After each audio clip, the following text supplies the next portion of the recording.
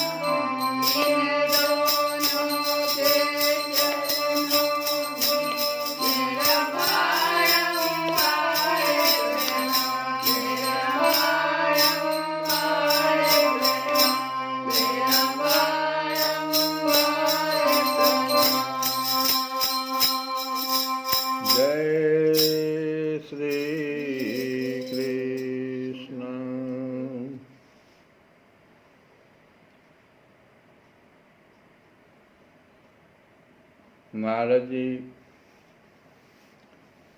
युधिष्ठिर जी ने जो प्रश्न पूछा था उस प्रश्न को पुनः याद करते हुए कि मेरे जैसा गृहासक्त गृहस्थ बिना विशेष परिश्रम के परमहंस के पद को किस साधन से प्राप्त कर सकता है, हे भगवान आप मुझे बताइए। तो नारद जी ने बहुत सारी बातें आज 2-3 दिनों से हम लोग सुन रहे हैं। उसमें कुछ शुभ संयोग के बारे में बताया, कुछ तिथियों के बारे में बताया, कुछ पवित्र देश के बारे में बताया। आगे कहते हैं कि पुष्कर आदि सरोवर सिद्ध पुरुषों के द्वारा सेवित क्षेत्र कुरुक्षेत्र, गया, प्रयाग, पुलहाश्रम जिसको शालिग्राम क्षेत्र भी कहते हैं, और नैमिषारण्य, फाल्गुन क्षेत्र, सेतुबंध जो रामेश्वरम, प्रभास द्वारिका में है, प्रभास क्षेत्र, द्वारिका, काशी, मथुरा, पंपाशर, प्रभास क्षेत्र में भगवान ने अपना ये लोक जाने का अपना क्षेत्र बनाया था। वहीं पर तीर लगी थी उनके पैर में। तो प्रभास, द्वारिका, काशी, मथुरा, पंपाशर, बिंदु सरोवर, बद्रिकाश्रम, अलकनंदा, भगवान श्री सीताराम जी के आश्रम, अयोध्या, चित्रकूट आदि, महेंद्र और मलय आदि समस्त कुल पर्वत, महेंद्र पर्वत पर परशुराम जी का निवास है। और जहाँ जहाँ भगवान के अर्चावतार हैं वे सबके सब देश अत्यंत पवित्र हैं। कल्याण कामी पुरुष को बार बार इन देशों का, इन तीर्थों का सेवन करना चाहिए। इन स्थानों पर जो पुण्य कर्म किए जाते हैं मनुष्यों को उनका 1000 गुना फल मिलता है। ध्यान देना, इन स्थानों पर पुण्य कर्म किए जा, अगर पाप हो गया इन स्थानों पर तो फिर 1,00,000 गुना भी फल मिलता है उन पापों का। तीर्थ जाइए, कोई बात नहीं, बड़ा संकल्प लेकर के जाए कि इतना दिन हम मोह में ना फंसेंगे, क्योंकि मोह मूल बहुशूल प्रद। अब आगे कहते हैं कि नारद जी युधिष्ठिर, पात्र निर्णय के प्रसंग में पात्र के गुणों को जानने वाले विवेकी पुरुषों ने एकमात्र भगवान को ही सतपात्र बतलाया। वे ही चराचर जगत के पिता हैं। ये चराचर जगत उन्हीं का स्वरूप है।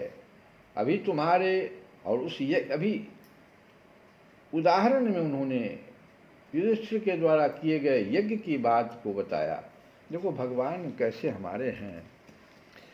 महाभारत का युद्ध छिड़ा हुआ है, लगभग 50 लाख लोग वहां पर जमा हो गए थे लड़ने के लिए।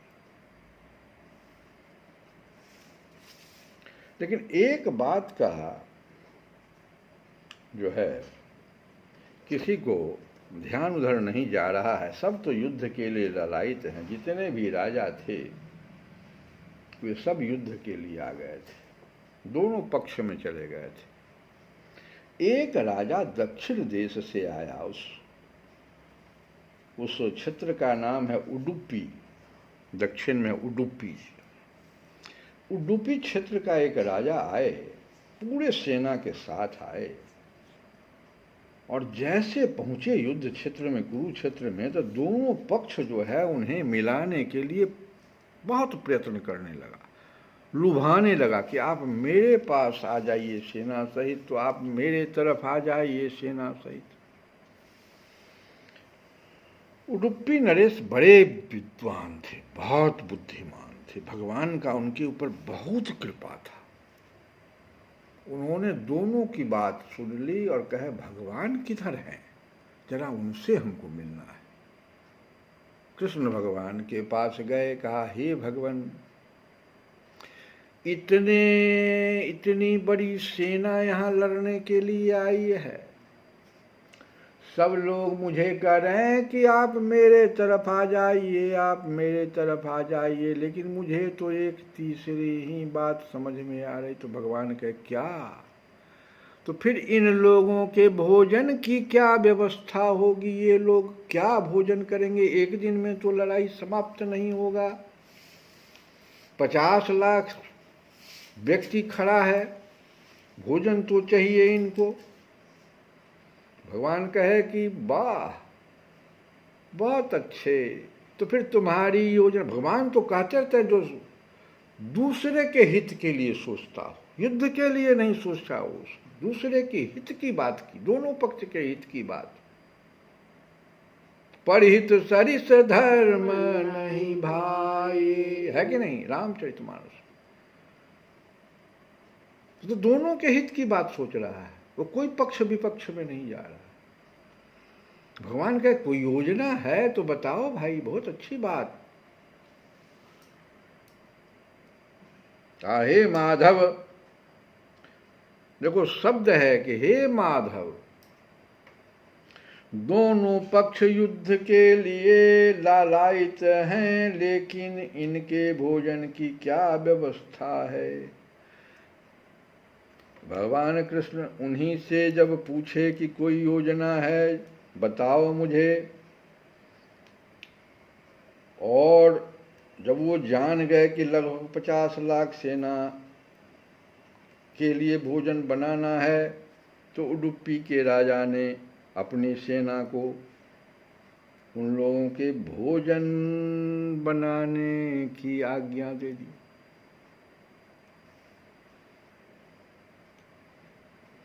अब देखो कितनी सुंदर बात आगे है कि भोजन उतना ही बनता था जितने सेना वहां रहते थे। ये कैसे होता था? प्रत्येक दिन सेना का संहार हो रहा था, लेकिन भोजन जो बनता था तो उतना ही बनता था जितना सेना वहां है। थोड़ा भी भोजन नहीं बचता था, थोड़ा घटता भी नहीं था। जब सारा युद्ध समाप्त हो गया, युधिष्ठिर जी को नहीं रहा गया। यही युधिष्ठिर जी जो बार बार प्रश्न कर रहे हैं, यही युधिष्ठिर जी धर्मज्ञ थे ना, धर्मात्मा थे ना, उन्होंने पूछ ही दिया राजा उडुपी से कि भाई इस रहस्य को समझाइए तो, उतना ही भोजन कैसे बनता था? कहा बहुत छोटी सी बात मेरे लिए थी, आप सबों का भोजन तो ये सेना तैयार कर रहा था, मैं भगवान के भोजन की व्यवस्था में लगा रहता था, और भगवान मूंगफली का दाना खाते थे, तो मैं मूंगफली का दाना इतना लेकर के, थोड़ा सा मात्रा लेकर के उनके यहाँ रख देता था गठरी में, और सुबह में जा कर के उसमें से जो दाना, जो उसका छिलका जो है बाहर फेंका, कितने दाना का छिलका फेंका हुआ है, उतने ही सेना का वध होना है, ये बात मैं जान जाता था। जिसको वो ग्रहण करके ऐसे गिरा दिए, उतने का वध होना है, ये सारे जाने वाले। तो भगवान की कृपा अलौकिक,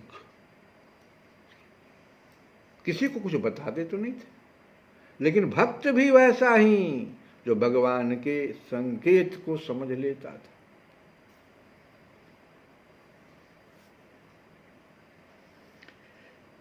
यही तो ईश्वर की कृपा है। तो कल भी हम गा रहे थे कि आत्मा का किस प्रकार से ये शरीर जो है कैसे एक शरीर से दूसरे शरीर को प्राप्त कर लेता है। जिसमें उदाहरण दिया था ना कि ये था तुम्हारा मुंडक उपनिषद का और श्वेताश्वर उपनिषद का,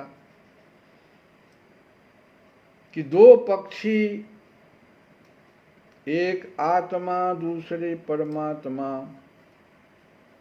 एक वृक्ष के एक डाल के एक तरफ वो और एक तरफ वो दोनों बैठे हुए हैं।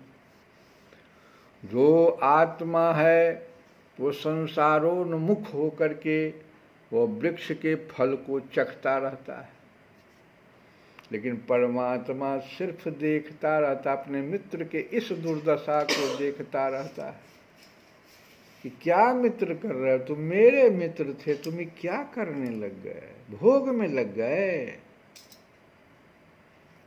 और इस वृक्ष का फल तो समाप्त हो जाएगा, फिर तो हमें दूसरा वृक्ष तुम्हारे लिए कृपा करना पड़ेगा। तुम्हारा तो संसारोन्मुख जो तुम्हारा ये बंधन में जो तुम फंस गए, मेरे परम मित्र हो और क्या कर रहे हो। लेकिन उस मित्र का उधर ध्यान ही नहीं है अपने परमात्मा मित्र के तरफ, वो तो विषयोन्मुख हो गया है। फिर भगवान दूसरे वृक्ष का जो दूसरा वस्त्र, वही वस्त्र का बदलना हुआ, दूसरा शरीर दे देते हैं, क्या और भोग करना है, करो, 84 लाख योनियां पड़ी हुई है, खाओ कितना फल खाते। जब तुम फिर अर्जुन की तरह मेरे तरफ देखोगे, निराश होकर के अर्जुन सारा गांडीव सारी शक्ति उसके पास सब फेंक दिया उसने, और भगवान की तरफ ऐसे देख रहा है, सारथी बने हुए भगवान, लेकिन गुरुन्मुख हो गया वो, अपने ज्ञान का उसका समाप्त हो गया सब कुछ। देखो आज का, कल तक तो हम लोग बताए थे कि आत्मा क्या है और क्या परमात्मा है। ये आत्मा के बारे में आज सुनो एक श्लोक भगवान का अगला कि नैनम छिन्दन्ति शस्त्राणि, नैनम दहति पावकः, न चैनम क्लेदयन्ति आपः, आपः जल को कहते हैं, न चैनम क्लेदयन्ति आपः, न शोषयति मारुतः।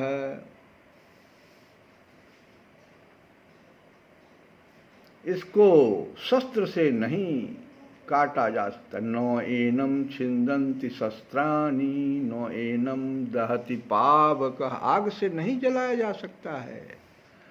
इसे न जल में भिंगाया डुबोया जा सकता है। नो एनम क्लेदयन्ति आपः, न शोषयति मारुतः, न हवा से इसे सुखाया जा सकता है। ये आत्मा हमारा जो परमात्मा का परम मित्र है, जो संसारोन्मुख हो गया है,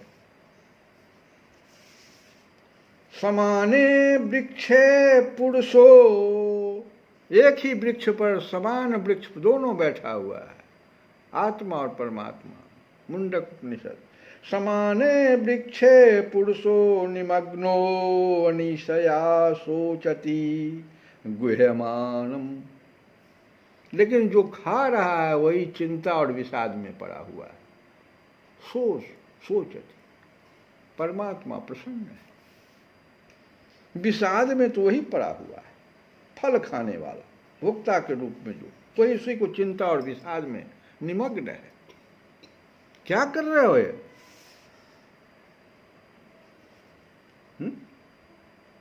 आत्मा दिव्य है। अब इसका देखो, ये इसको समझो कि नैनम छिन्दन्ति क्यों नहीं होता है, शस्त्र से क्यों नहीं ये घायल हो पाता है, क्योंकि आत्मा दिव्य है। इसीलिए भौतिक वस्तुओं के संपर्क से, और जितने भी हम ये सब जो शस्त्र है, पावक है, ये जल है, हवा है, ये सब भौतिक पदार्थ है, वो दिव्य है, परमात्मा का मित्र है।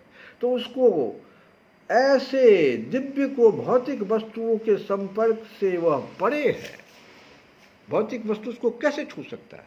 हमारी बुद्धि भी तो भौतिक है, मन बुद्धि चित्त अहंकार, ये भी तो भौतिक है, ये प्रकृति से प्राप्त है, 24 तत्व। अब बताओ, तो वैज्ञानिकों ने क्या किया, आज के वैज्ञानिकों ने क्या किया कि एक मरते हुए मनुष्य को एक पूरे शीशा कांच के घर में बक्से में पूर्णतया सील करके रख दिया कि भाई आत्मा कैसे निकलता, जरा देखे। तो शीशा फट जाता ना, लेकिन बिना शीशा फटे हुए वो मृत्यु को प्राप्त कर गया। यही वैज्ञानिक को ये सोच में आ गया कि वो हमारे जितने भी साधन हैं सब भौतिक है और उससे ये अलग कुछ है।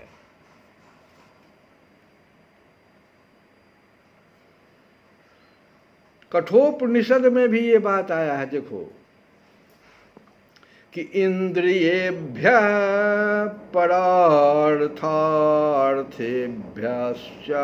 परम मनः। इंद्रियों से परे इंद्रियों के विषय हैं और इंद्रियों के विषयों से भी सूक्ष्म मन है।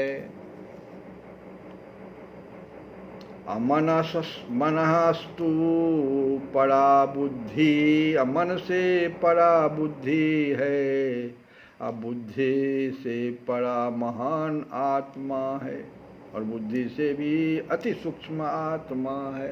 अब उस आत्मा को मन भी नहीं पकड़ सकता, बुद्धि की बात हो।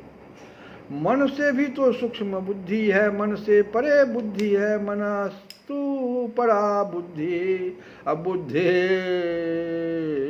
आत्मा महान पर। ये श्लोक संख्या 29 का 1, 3, 10 कठोपनिषद।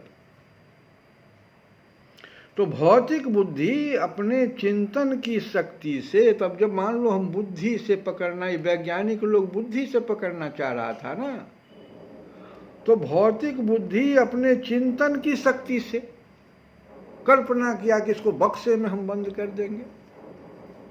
चिंतन की शक्ति से दिव्य आत्मा तक कभी नहीं पहुंच सकती। इसी के परिणाम स्वरूप स्वयं के ज्ञान के लिए जब ये बुद्धि थक जाती, अर्जुन की तरह जीवात्मा जब थक जाता, अर्जुन का बुद्धि ही तो थक गया था ना, युद्ध के भूमि में वो सब कुछ नीचे रख दिया। जब बुद्धि थक जाती है, फल को चखते चखते और विषाद और चिंता में निमग्न हो जाती है, तब वो फिर शास्त्र और गुरु की तरफ उसका ध्यान जाता है।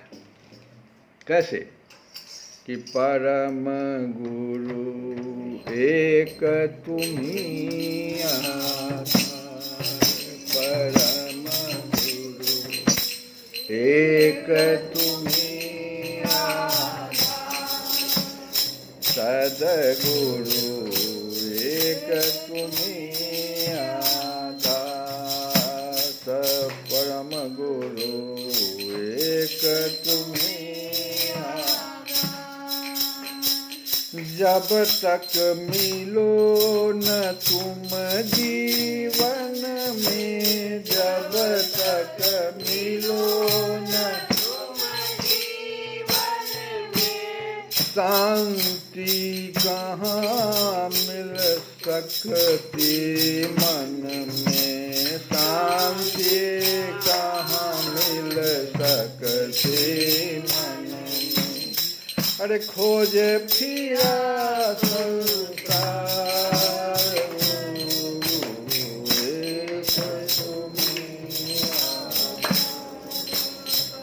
गुरु एक तुम्हीं, खोज फिरा संसार, सद्गुरु एक तुम्हीं आधार, परम गुरु एक तुम्हीं आधार, कैसा भी हो तरनहारा, कैसा भी हो तरनहारा, मिले न जब तक शरण सहारा, मिले न जब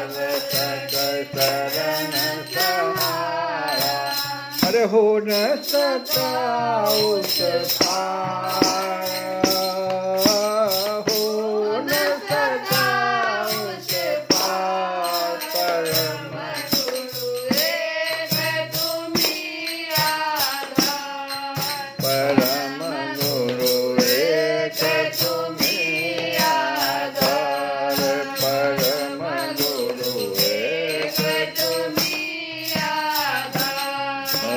हम आए हैं द्वार तुम्हारे, हम आए हैं द्वार तुम्हारे। अब उद्धार करो दुख हारे, अब उद्धार करो दुख हारे। सुन लो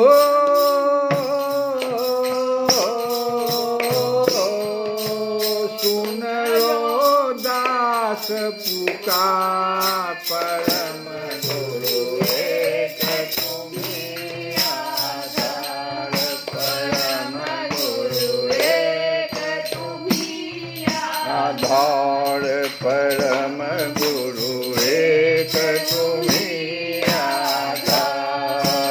बीच भंवर में नाव हमारी, बीच भंवर में नाव हमारी। कोई नहीं खेवन हारे, कोई नहीं है खेवन हारे। नैया कर दो पार, परम गुरु एक तुम्हीं आधार, परम गुरु एक तुम्हीं आधार। आ जाता है जग में अंधियारा, छा जाता है जग में अंधियारा।